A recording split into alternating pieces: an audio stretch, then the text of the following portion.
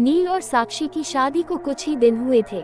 दोनों ने अपनी हनीमून ट्रिप के लिए उत्तराखंड की एक शांत पहाड़ी जगह चुनी थी। उन्होंने इंटरनेट पर एक खूबसूरत हवेली के बारे में पढ़ा था, जो अब एक हेरिटेज होटल में बदल चुकी थी। हवेली की तस्वीरें मनमोहक थीं, लकड़ी के नक्काशीदार दरवाजे, ऊंची छतों पर झूमर और खिड़कियों से दिखते बर्फीले पहाड़। होटल में केवल 2-3 गेस्ट ही ठहरे हुए थे, जिससे वहां और भी सन्नाटा था। हवेली का रहस्य। जैसे ही वे वहां पहुंचे, होटल का मैनेजर एक उम्रदराज आदमी निकला, जिसने उन्हें रिसेप्शन पर ही एक चेतावनी दे दी। रात के समय ऊपर वाले गलियारे में मत जाना, और अगर कोई अजीब आवाज सुने तो दरवाजा मत खोलना। नील ने इसे महज एक पुरानी कहावत समझकर हंसते हुए टाल दिया। साक्षी ने भी सोचा कि शायद ये होटल की रहस्यमयी छवि बनाए रखने का तरीका होगा। अजनबी आवाजें। पहली रात सब ठीक रहा।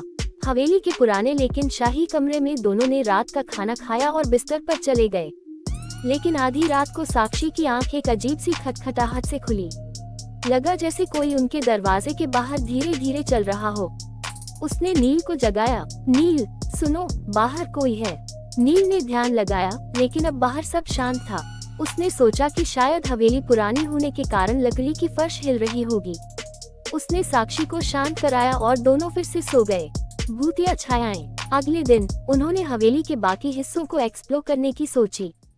होटल का स्टाफ बहुत कम था और माहौल थोड़ा अजीब सा लग रहा था।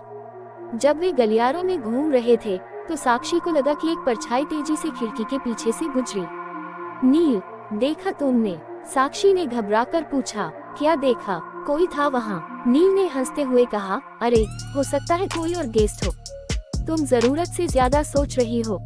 लेकिन साक्षी को अब हवेली का रहस्य जानने की जिज्ञासा हो गई थी। पुराने रहस्य और डरावनी कहानियाँ। शाम को जब वे लॉबी में बैठे थे तो वहाँ काम करने वाले पुराने नौकर रमेश से उनकी बात हुई।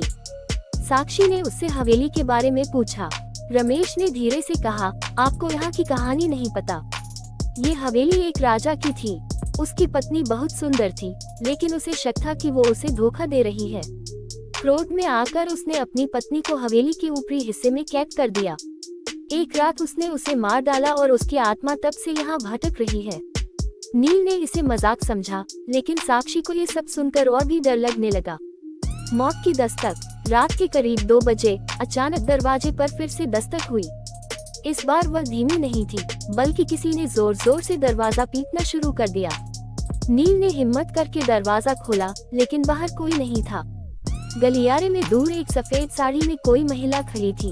उसके लंबे बाल हवा में उड़ रहे थे और चेहरा ढका हुआ था।